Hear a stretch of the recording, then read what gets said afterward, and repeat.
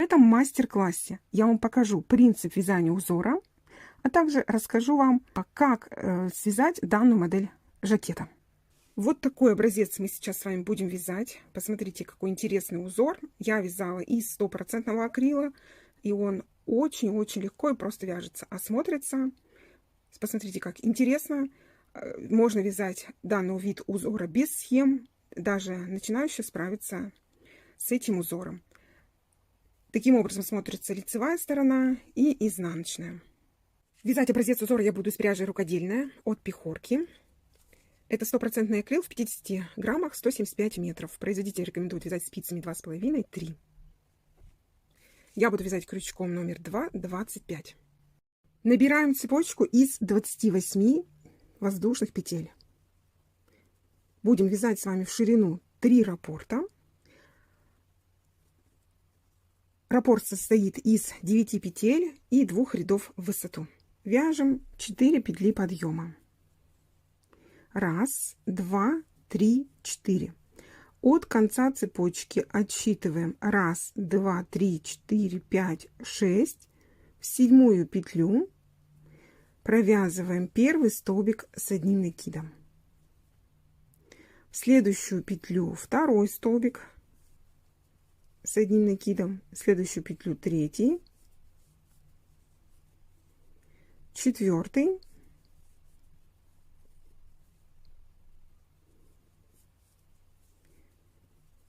пятый, шестой. Цепочка из 5 воздушных петель. Пропускаю 3 петли цепочки. 1, 2, 3 в основании 4. Провязываем первый столбик с одним накидом. Далее вяжем в каждую петлю еще 5. Я продолжаю счет. Второй столбик с одним накидом. Третий. Четвертый.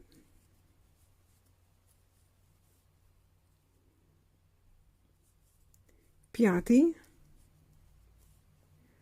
шестой.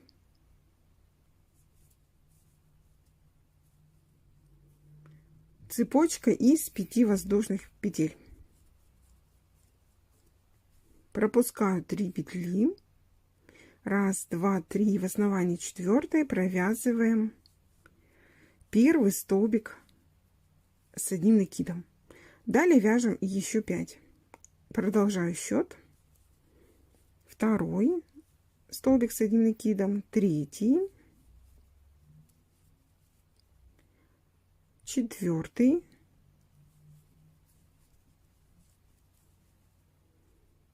пятый, шестой. 2 воздушные петли. Пропускаю одну петлю, во вторую столбик с одним накидом. Со второго ряда у нас начинается раппорт. Сейчас мы будем вязать первый ряд раппорта. Приступаем к вязанию. 1 воздушная петля подъема. Разворачиваю вязание на другую сторону. Вершину столбика с одним накидом под косичку. Это значит под переднюю заднюю стенку. Вяжем 1 столбик без накида. 3 воздушные петли. Вершину столбика с одним накидом, опять же под косичку, провязываем 1 столбик с одним накидом. 1 воздушная петля. Пропускаем 4 столбика, вершину 6-го, провязываем 2 столбик с одним накидом. Цепочка 3 воздушные петли. 1, 2, 3.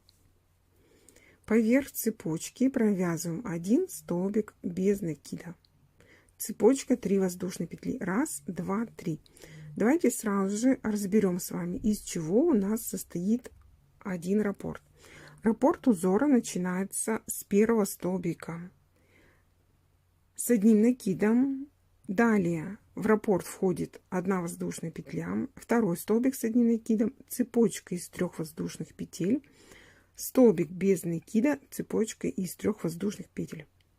Все, на этом мы закончили вязать первый раппорт. Приступаем к вязанию второго. Раппорт узора начинается с первого столбика с одним накидом.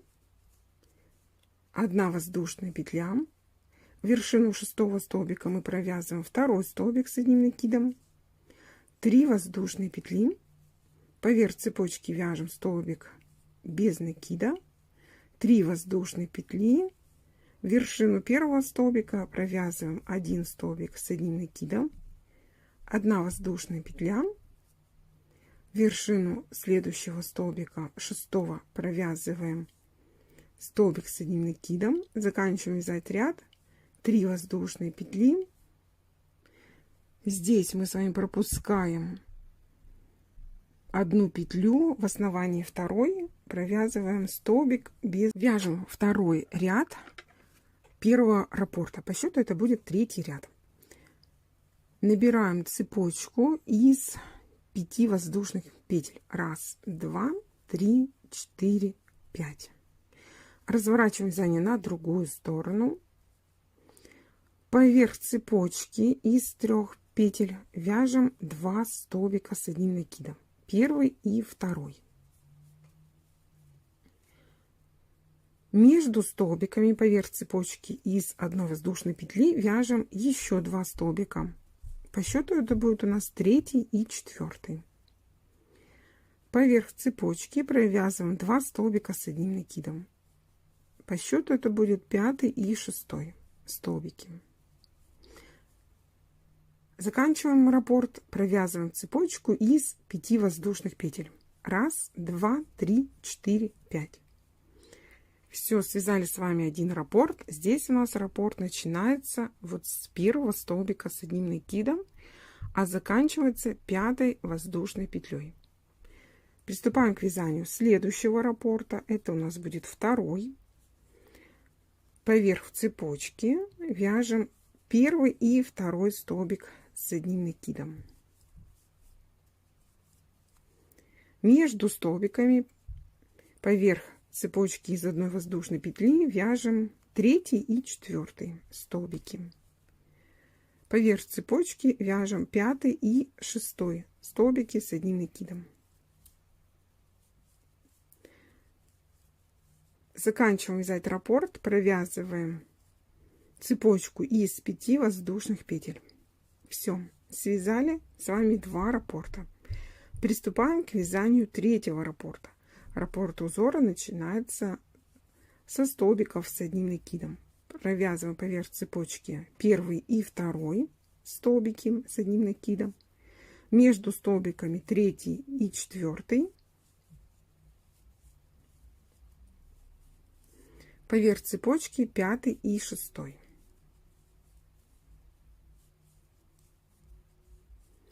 Две воздушные петли, вершину столбика без накида под косичку провязываем 1 столбик с одним накидом. Связали мы с вами 3 ряда и 1 раппорт. Далее, для того, чтобы продолжить вязание, вы перематываете видео на начало вязания 2 ряда и вяжете вместе со мной, все время повторяя, 2 и 3 ряд. 1 воздушная петля подъема, разворачиваю вязание на другую сторону, вершину столбика с одним накидом вяжем 1 столбик без накида, 3 воздушные петли. Вершину 1 столбика провязываем 1 столбик с одним накидом, 1 воздушная петля.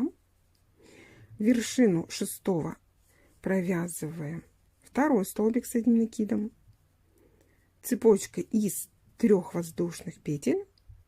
Поверх цепочки провязываем столбик без накида, 3 воздушные петли, вершину 1 столбика столбик с одним накидом, 1 воздушная петля, вершину 6 1 столбик с одним накидом, 3 воздушные петли, поверх цепочки столбик без накида, 3 воздушные петли, вершину 1 столбика 1 столбик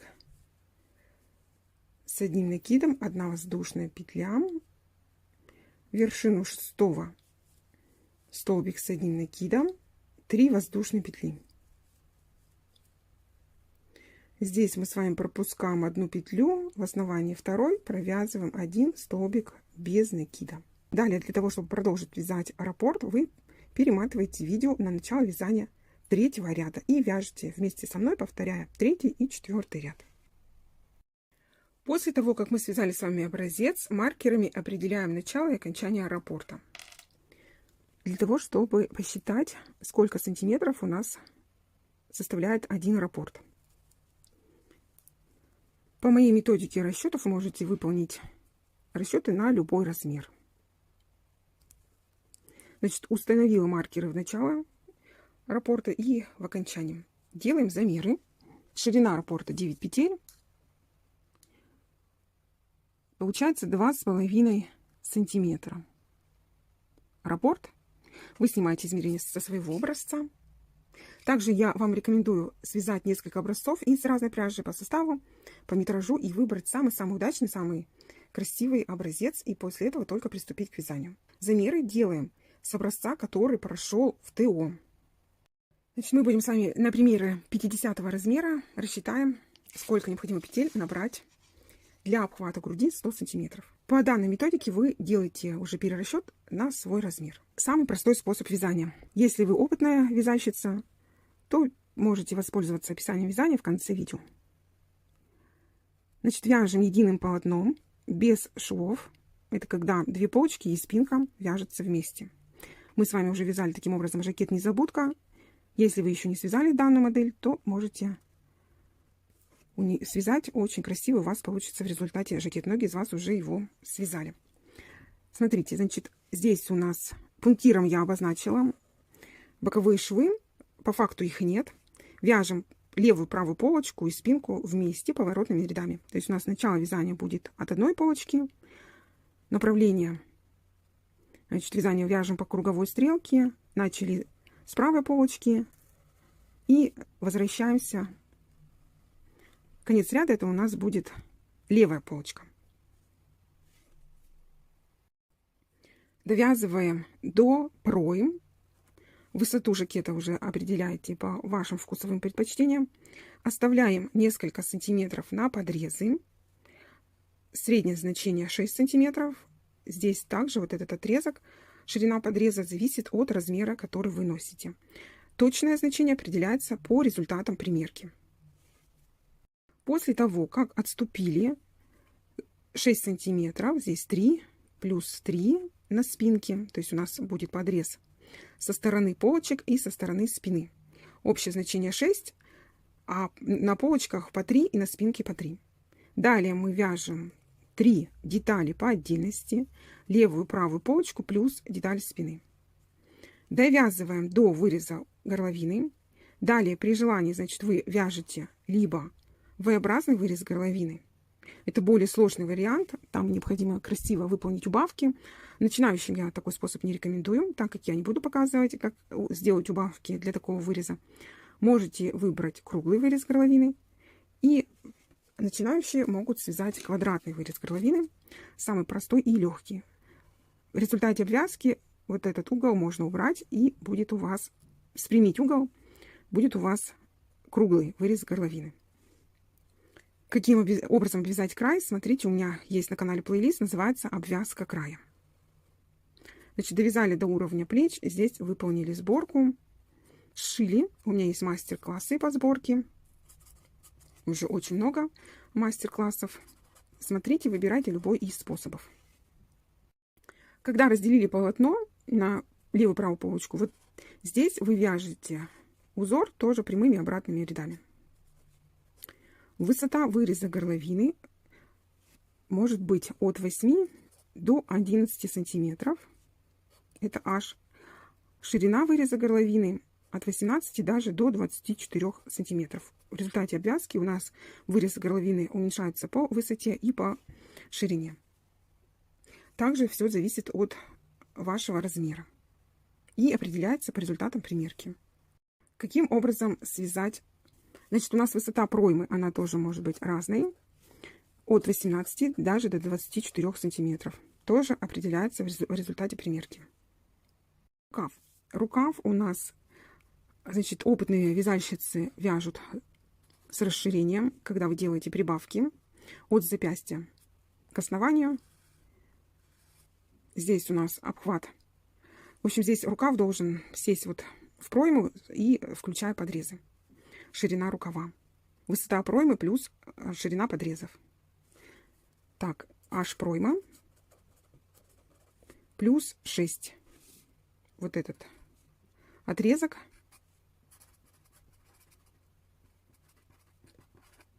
Должен быть длина отрезка. Высота проймы плюс 6. Здесь, значит, у нас ширина запястья плюс несколько сантиметров на свободу прилегания. Выполняете прибавки за счет расширения. Это когда вы добавляете столбики с одним накидом и потом их в дальнейшем объединяете в раппорты. Это для опытных вязальщиц, а начинающие вязальщицы просто вяжут рукав трубой. Опять же, вот здесь вот у основания отрезок высота проймы плюс 6 на подрезы. Для того, чтобы сузить рукав, вы выполняете манжет, делаете убавки по запястью и вяжете резинку 1 на 1. Можно вязать резинку спицами, можно просто столбики без накида. У меня есть мастер-класс, каким образом вяжется резинка крючком 1 на 1. Смотрите также видео на канале. Теперь каким образом сделать расчеты. Давайте посчитаем, сколько необходимо петель и раппортов набрать. Чтобы определить количество раппортов, что мы должны сделать? Мы должны обхват груди 100 разделить на ширину одного раппорта. Это один раппорт, расстояние раппорта. Получаем значение 40. 40 раппортов на общий обхват груди без прибавок на свободу прилегания. Теперь мы делим. Мы должны 40 разделить на 3. Так, 40 делим на 2. Потом еще раз на 2. Смотрите, 40 делим на 2. Получается у нас спина 20 раппортов. Левая полочка и правая полочка мы должны 20, так как у нас 20 остается наперед. То есть спина 20 раппортов, перед 20 раппортов. И вот эти 20 раппортов перед делим еще на 2. Получается 10 раппортов, левая полочка и правая тоже 10 раппортов. При вязании жакетов, кардиганов, жилетов у нас полочки должны быть шире, чем деталь спины. Так как мы с вами не учли прибавку на свободу прилегания, мы добавляем по одному раппорту на левую полочку, плюс по одному раппорту на правую полочку. В итоге у нас получается 11 раппортов каждая полочка. Плюс к этому еще 2,5 сантиметра. То есть мы выполнили прибавку на полочке.